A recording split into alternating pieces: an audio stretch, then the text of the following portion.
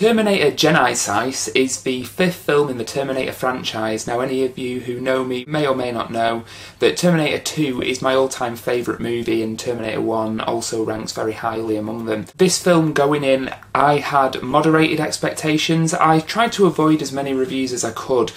I sort of expected to have the same reaction to this one that I did with Terminators 3 and 4, in that those had the moments but were overall disappointing, and to a certain extent I feel the same way about Terminator Genisys. Now, this film, set in the future that we've glimpsed in James Cameron's original movies, a Terminator played by Arnold Schwarzenegger, or in this film Arnold Schwarzenegger assisted with a bit of CGI, is sent back to 1984 to assassinate Sarah Connor, who was going to give birth to John Connor, the future leader of the human resistance against the machines following the apocalypse, or Judgment Day as it's known.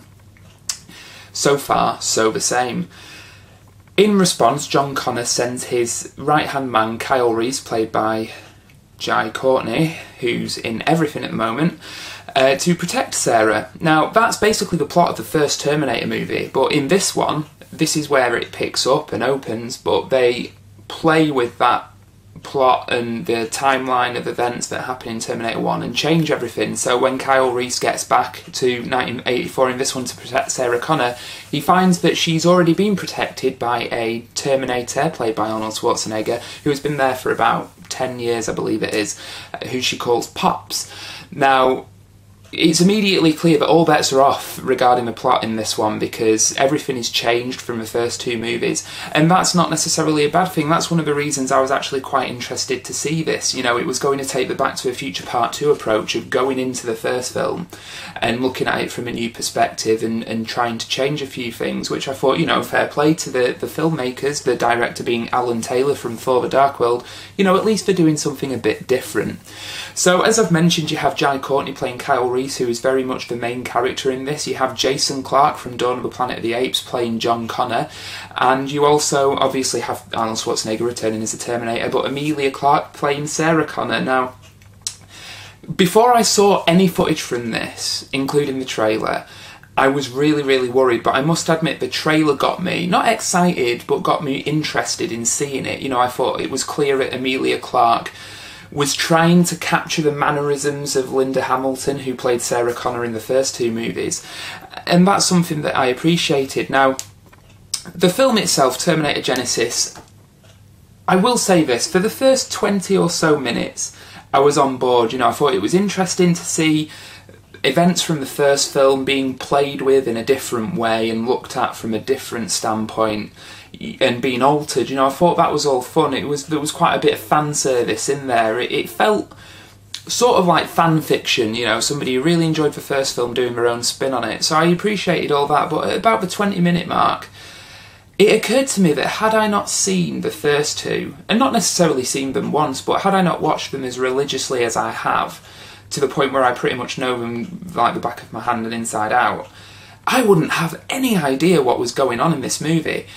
The dynamic between Sarah Connor and Kyle Reese is never really established. You know, I feel like the filmmakers are reliant on you having seen the other two films. You know, they do no sort of legwork or context building before launching straight into the action, and I think that's a problem that's indicative of the whole film, because the structure of it felt like it was a series of set pieces strung together with clunky exposition.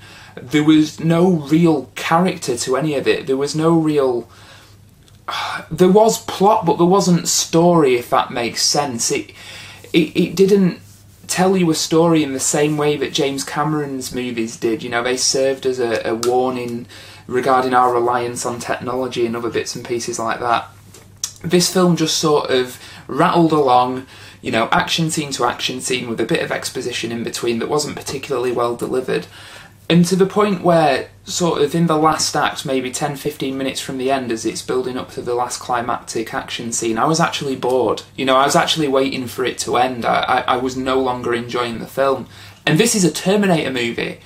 You know, there is nothing more damning for a Terminator movie than boredom. You know, it was remarkable that they managed to pull that off, to be honest. The film, I will say, is entertaining. It has its moments. Some of the CGI is really wobbly and cartoon-like, but some of it's quite impressive, and there are a few animatronics used, like Terminator arms and different aspects like that, but all in all, it just feels like a soulless corporate cash grab. You know, like they really wanted to churn this movie out before the rights to the franchise revert back to James Cameron in 3 years' time. I believe it's 2019 that he gets the rights back.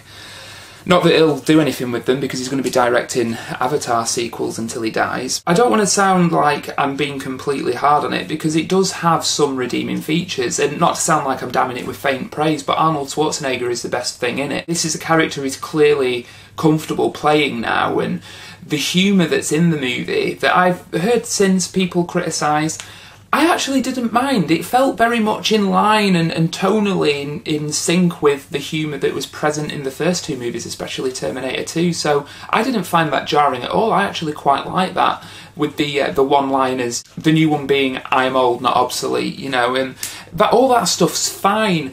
Emilia Clarke is fine as Sarah Connor, but she's following Linda Hamilton, who went completely method for her portrayal of Sarah Connor in T2, and it feels at times a little bit forced with Emilia Clarke. She doesn't look overly comfortable using the weapons, for example. She flinches when she fires a gun, you know, and just little pieces like that, just little things, little ticks, just sort of take you out of the character. Jai Courtney, though, is where the film really falls apart. Now, I was a big fan of Anton Yelchin, who played Kyle Reese in Terminator Salvation. I thought he captured the mannerisms and sort of cadence of Michael Biehn's speech in a really sort of interesting way. You know, he wasn't an impersonation, but he was enough like him that you would buy that he was the same character you saw in Terminator 1. I thought they should have kept Anton Yelchin for this movie. He, alongside Emilia Clarke, I can really see them as the on-screen couple, but Jai Courtney is just so terribly miscast in this. Now, I know it's sort of popular to hate on Jai Courtney, and I don't hate or dislike the guy. I quite liked his performance in Jack Reacher, but that's the only thing I've seen him in where he seems to be awake, because he sort of sleepwalks through his performances. He's so bland and just brings nothing to the table. There's no emotion, there's no charisma, no charm, no chemistry of any of the co-stars. Even when he's trying to deliver the funnier lines, there's just nothing there. You know, he's our main character. I know he's following Michael Biehn, who was terrific in the first two Terminator movies, but he just can't play this character at all. I honestly feel like, despite all the script's flaws, had they had a better Kyle Reese, people would be a lot more forgiving of the movie. So Jai Courtney was really its weakest point. And the fact that the film is probably overlong, I think it's just over 2 hours, and as I mentioned earlier, I actually got bored towards the end. I believe as well that this is the first film in a new trilogy, because I saw this with a friend and we went to a bar afterwards and we were sort of discussing it and what we thought and all that.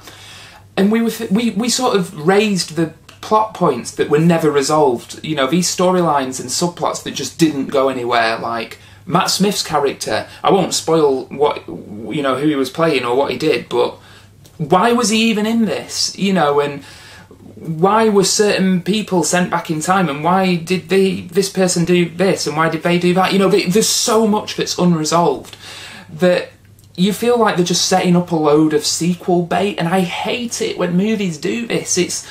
You look back at the first two Terminator movies, you can watch, even though they are a brilliant circular narrative, you can watch either one of those and you have a complete resolved story by the end. You can watch them independently of each other. It helps to see them both, but you can watch either one without seeing the other and still have a complete story. This film just sets up so much for future sequels and future franchises that it forgets to be its own story. It forgets to resolve anything.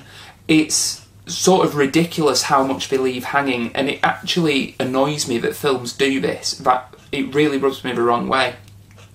You also have, and I won't spoil this in case you've not seen the trailer, but avoid the trailers. They spoil the biggest twist in the movie, and the way it's treated in the film, you get the impression that it wasn't supposed to be spoiled before you see it.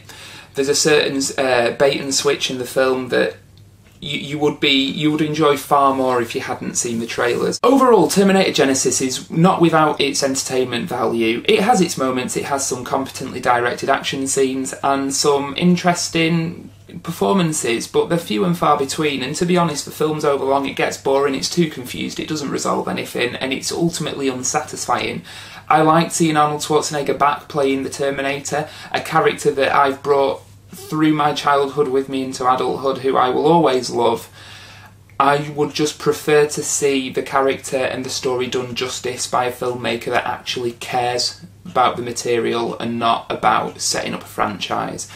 Terminator Genisys, I would recommend watching it for fans, but don't go see it at the cinema. You know, maybe wait for the Blu-ray or wait for it to be on Netflix. It's a distracting couple of hours, but it's unsatisfying. You know, the Terminator franchise used to be the front runners and forward thinkers of the action sci-fi movie genres. This film is just a corporate cash grab, and it's ultimately very disappointing.